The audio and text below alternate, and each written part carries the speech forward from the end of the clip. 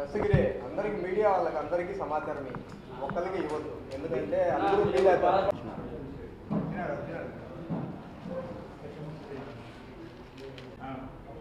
అది ఇదంతా హెల్ప్ చేయనాక కండువా వేసుకుని మాట్లాడదాం.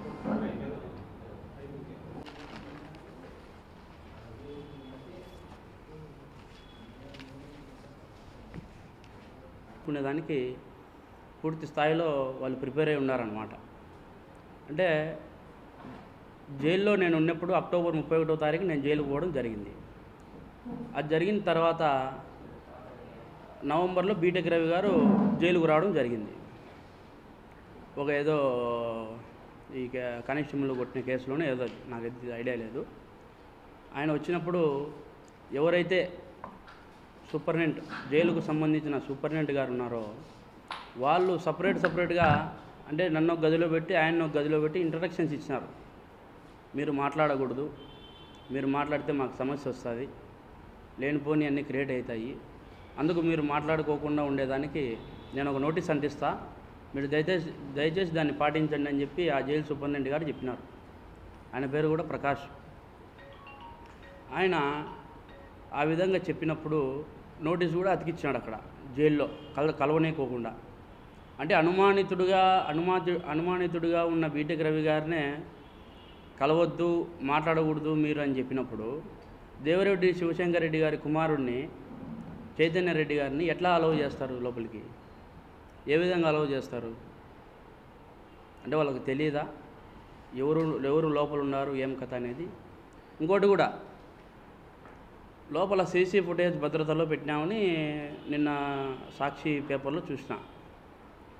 ఇప్పుడు నేను అడుగుతాండా, నేను అక్టోబర్ 31వ తారీఖు నుంచి నేను రిలీజ్ అయ్యేంత వరకు వాళ్ళు ప్రతి ఒక్క రోజు వీడియో భద్రపరచాలి, అంటే ఫీడ్ చేసుకోవాలి. వాళ్ళు ఎందుకు ఫీడ్ చేయలేదు అనేది నేను డిమాండ్ చేస్తాను. దాంట్లో సాక్షిలో వేసింది కూడా ప్రింట్ తప్పు. నాకు నన్ను ఒక పక్క నిలబెట్టి గొడవలేయడం నాకు కాదు ఇవ్వాల్సింది. ఒక పక్క జగన్మోహన్ రెడ్డి గారిని, ఒక పక్క అవినాష్ రెడ్డి గారిని నిలబెట్టి వాళ్ళిద్దరి చేతికి గొడ్డలు ఇచ్చి మధ్యలో ఆ ఫ్రేమ్లో భారతిరెడ్డి గారిని, ఆ తర్వాత భాస్కర్ రెడ్డి గారిని, ఆ తర్వాత దేవిరెడ్డి శివశంకర్ రెడ్డి గారిని టడాలను పెట్టాలా. అది ప్రింటే తప్పు. వాడు వేసేవాడు అటేసినాడు కూడా నాకు అర్థం కాలే. అంటే సిబిఐ కోర్టులో కడపకు సంబంధించిన ఒక లాయర్ ఉన్నాడు, చంద్రగుప్త పేరు. అతన్ని కూడా భయభ్రాంతులకు గురి చేసినారు. నువ్వు వాయిదాలకు తిరగకూడదు, వాయిదాలకు రాకూడదు, దస్తగిరి తరపున నువ్వెందుకు అటెండ్ అవుతున్నావు అని చెప్పి భయభ్రాంతులకు గురి చేస్తే అతను నేను వెళ్ళనని చెప్పినాడు డైరెక్ట్గా.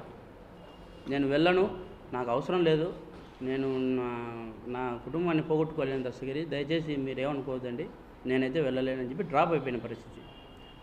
ఆ టైంలోనే నేను మా భార్యకి చెప్పిన, జడశ్రావణ్ గారి దగ్గరికి నువ్వు వెళ్ళిపో, అక్కడ పోయిన తర్వాత ఆయన వేడుకో, ఆయన సహాయ సహకారాలు అందిస్తాడని నేను విన్నా, నువ్వు వెళ్ళని చెప్పినప్పుడు నా భార్య అక్కడికి వెళ్ళి ఆయన కాలం మీద పడి ప్రాధేయపడింది. ఈ విధంగా నా భర్త ఇటు అన్యాయం అయ్యి లోపలికి పోయినాడు సార్, మీరు ఎట్టి పరిస్థితుల్లో బయటికి వేయాలా, ఇవన్నీ ప్రలోభాలకు గురవుతానని చెప్పి ఆయనకు చెప్తే ఆయన అప్పుడు కేసు టేకప్ చేసి హైకోర్టులో బెయిల్ తీసుకురావడం కూడా జరిగింది. తప్పును ఆడ లాయర్లు కానీ, అక్కడ ఉండే లాయర్లు, పనిచేసే లాయర్లు కానీ, సిబిఐ లాయర్లు కానీ వీళ్ళందరూ కూడా చెప్తా ఉంటారు.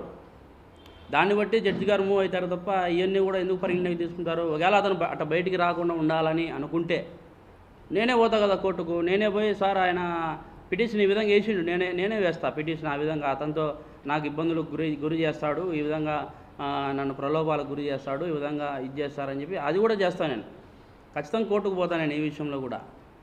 అంటే మళ్ళీ పైనుంచి ఇతనేమంటాడు చైతన్య రెడ్డి, నేను కంప్లైంట్ చేసిన అంట. నువ్వు కాదు, నీకంటే ముందు నేను కంప్లైంట్ చేయాలా.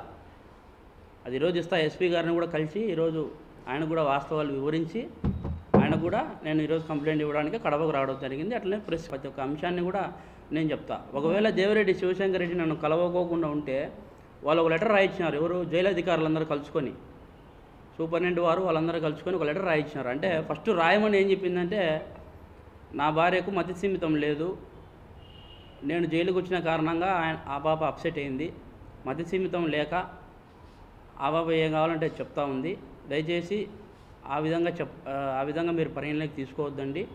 ఇంకోటి కూడా ఏంటంటే మీడియా మిత్రులు కూడా ప్రతి ఒక్కరు కూడా తప్పుదోవ పట్టిస్తూ ఉన్నారు అని చెప్పి ఈ విధంగా రాయమన్నారు. దాన్ని నేను పూర్తిగా ఖండించిన. అది ఖండించిన దానికి కూడా సూపరింటెండెంట్ వారు ఏమన్నారంటే, నీకు ఇంటర్వ్యూలు కట్ చేస్తాము, నీకు ఫోన్ అంటే ఇంటర్వ్యూలు అంటే ములాఖతులు కట్ చేస్తాము, ఫోన్లు కూడా పోకోకుండా నీకు కట్ చేస్తాము. నేను ఒక పనిష్మెంట్ గది ఆల్రెడీ నేను ఉండేది పనిష్మెంట్ గదిలో. వాళ్ళు చెప్తా అంటారు ఒక సపరేట్ సెల్ ఇచ్చి పెట్టినామని చెప్పి. సపరేట్ సెల్ అంటే ఎట్లా ఉండాలి అది? ఎట్లా ఉండాలి అది? ఎవరైనా జైల్లో కొట్టుకుంటే, ఎవరైనా వాయిదాలకు పోయినప్పుడు ఒకవేళ ఈ చైన్ తెంపుకొని పారిపోతే బేడీలు అట్టోళ్ళకు వేసే పనిష్మెంట్ దాంట్లో నన్ను వేసినారు. కనీసం రిమాండ్ ఖైదీగా కూడా నన్ను చూడలే కదన్నా. ముందు కృష్ణారెడ్డి అమ్ముడు పోయినాడు. ఫస్ట్ కృష్ణారెడ్డి అమ్ముడు పోయినాడు. ఇంకోటి చెప్పాల్సిన విషయం ఏంటంటే, ఒకవేళ సునీత గారు కానీ రాజశేఖర రెడ్డి గారు కానీ చేయిస్తే సిబిఐ సంస్థను, కోర్టును, న్యాయస్థానాన్ని ఎట్లా ఆశ్రయిస్తారు వాళ్ళు? అంటే వాళ్ళ మీదకి పోదు అది. వాళ్ళు నిజాలన్నీ బయటికి తీసేటప్పటికీ అంటే సంస్థను మెయింటైన్ చేసే కెపాసిటీ, సిబిఐని మెయింటైన్ చేసే కెపాసిటీ, న్యాయస్థానాలను మెయింటైన్ చేసే కెపాసిటీ వాళ్ళకు ఉందా? ఎవరు ఉండేది ప్రభుత్వంలో? ఎవరు కేంద్రానికి పోయి కాళ్ళు మొక్కుతాండేది? ఇక్కడ ఎంక్వైరీ వాళ్ళని పిలిస్తే, అవినాష్ రెడ్డిని పిలిస్తే అప్పుడే ఫ్లైట్కి పోయి అక్కడ కూర్చొని కాళ్ళు పట్టుకోవడము, ముక్కోవడము అవన్నీ చేస్తూ ఉంటారు. అది పూర్తిగా గుర్తించాలనేది కోరుతాండ. నేను చేసిన తప్పు దాన్ని ప్రాయశ్చితంగా పశ్చాత్తాపడి అప్రూవర్గా మారినా. ఎందుకు అప్రూవర్గా మారినా? నేను చేసిన తప్పు కాబట్టి. ఎందుకంటే నేను ఒకప్పుడు ఆయన దగ్గర నేను డ్రైవర్గా పని చేసిన, ఆయన కూడు తిన్నా, ఆయన పెట్టిన రూపాయి నేను తీసుకున్నా. కానీ నేను వీళ్ళతో చేతులు కలపడం అది తప్పే, నేను కాదని చెప్పలే. డబ్బు కోసం నేను పోయి చేసిన తప్పే. తర్వాత తప్పుని తెలుసుకొని పశ్చాత్తాపడి అప్రూవర్గా మారినా. అయితే నాకు ఐడియా లేదన్న. అంటే అది ఫుల్ తాగి ఉన్నాము ఆ టైంలో. ఎవడు వీడియో కాల్ చేస్తున్నాడో ఎట్లా చూస్తాం? అంటే మేమేంది సినిమాకి కాదు కదా, మేము పోయినది. ఆయన హత్య చేసేదానికి పోయినాము. ఆ మూమెంట్లో ఎవడేం చేస్తున్నాడంటే మాకెట్ అర్థమవుతుంది? అర్థం కాదు కదా. పూర్తి స్థాయిలో వివేకానంద రెడ్డి గారి అభిమానులు ఎవరైనా కానీ నాకు మద్దతు ఇవ్వాల్సిందిగా కోరుతాండా. అంటే పూర్తి స్థాయిలో నేను ఈ పొద్దు పులివెందుల్లో ఏ స్టేజిలో నేను క్యాండిడేట్గా నిలబడతాను అనేది మీ అందరి దృష్టిలో పెడతాండా. అప్రూవర్గా మారినాం కదన్న. ఓటు అడిగే హక్కు ఉంది అంటే మీరు అడిగిన క్వశ్చన్కు కరెక్టే. సరే, మరి జగన్మోహన్ రెడ్డి గారు వివేకానంద రెడ్డిని మా చేత హత్య చేయించాడు. అతనికి ఓటు హక్కు అడుగుందా? ఓటు అడిగే హక్కు ఉందా? చెప్పండి.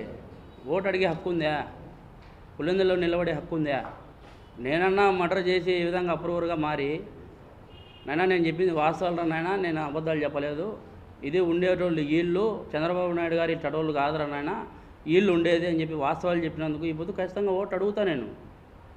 అది చేయించిన జగన్మోహన్ రెడ్డి గారిని ప్రశ్న వేయండి మీరు, నన్ను కాదు వేయాల్సింది.